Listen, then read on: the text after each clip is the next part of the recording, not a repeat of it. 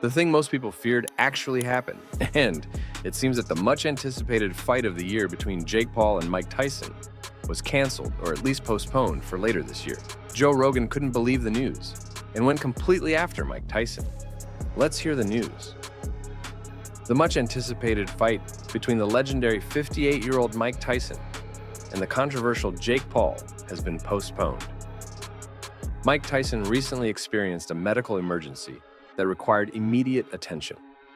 He was taken off a plane, and the flight was stopped to address his condition. Due to this, the fight has been rescheduled for later this year. Let's dive into some of the statements and thoughts surrounding this postponement. Jake Paul, often seen as a controversial figure in the boxing world, was set to face Tyson. Many fans of traditional boxing, the sweet science of the sport, find Paul to be a problematic figure. But now, the fight is on hold because Tyson needs time to recover fully. Mike Tyson had a medical consultation where doctors advised him to take it easy for the next few weeks. They recommended minimal to light training before he can return to full training without any limitations. Both Tyson and Paul agreed that it's only fair to ensure both fighters have enough time to prepare properly for this important match. So while the fight will not take place on the originally scheduled date of July 20th, fans can expect a new date to be confirmed soon. Tyson and Paul want to compete at the highest level, and this delay ensures they both have the time they need to be at their best. Joe Rogan was probably the biggest fan of this fight and was seriously looking forward to the fight. He constantly promoted and talked about the fight on his podcast and supported both fighters, but when he was asked about who would win, he always leaned a bit towards Jake Paul. Now when he heard the news, allegedly he went completely berserk. It's like his dream was shattered.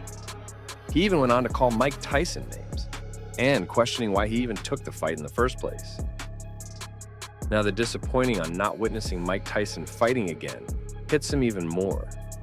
It's important that both athletes have enough time to train properly and compete at their best.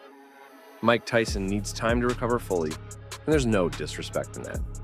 The health and well-being of athletes are the top priority, and everyone supports Mike in taking the necessary time to perform at his best. Here's the promotion statement. The health and well-being of athletes is our top priority. We fully support Mike in taking the necessary time to allow him to perform at the level he expects of himself. Mike Tyson also released a statement. Unfortunately, due to my health issue, I've been advised by the doctor to take light training for a few weeks and rest.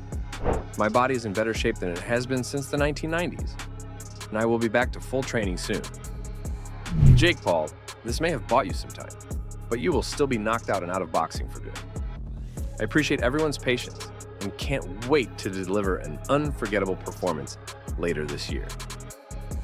Before we get to Jake Paul's statement, let's acknowledge that Mike Tyson could do the boxing world a huge favor by defeating Jake Paul, who many see as a controversial figure in the sport. Without mincing words, Jake Paul expressed his frustration, calling Mike Tyson a term not fit for polite conversation. But let's focus on Paul's statement. He mentioned supporting the postponement to ensure Tyson is at his best on fight night. However, some argue that fighting a 58-year-old Tyson isn't exactly facing him at his peak.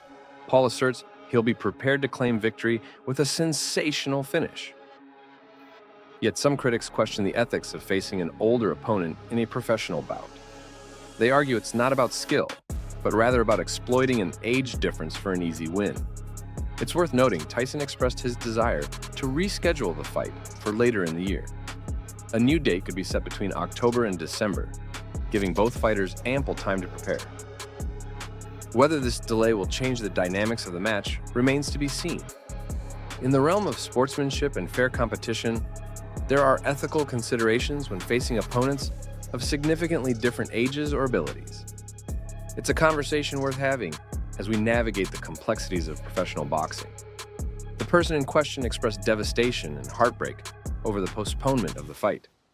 They shared a minute-long video conveying their feelings of sadness and sympathy for everyone involved in the event, including the undercard fighters.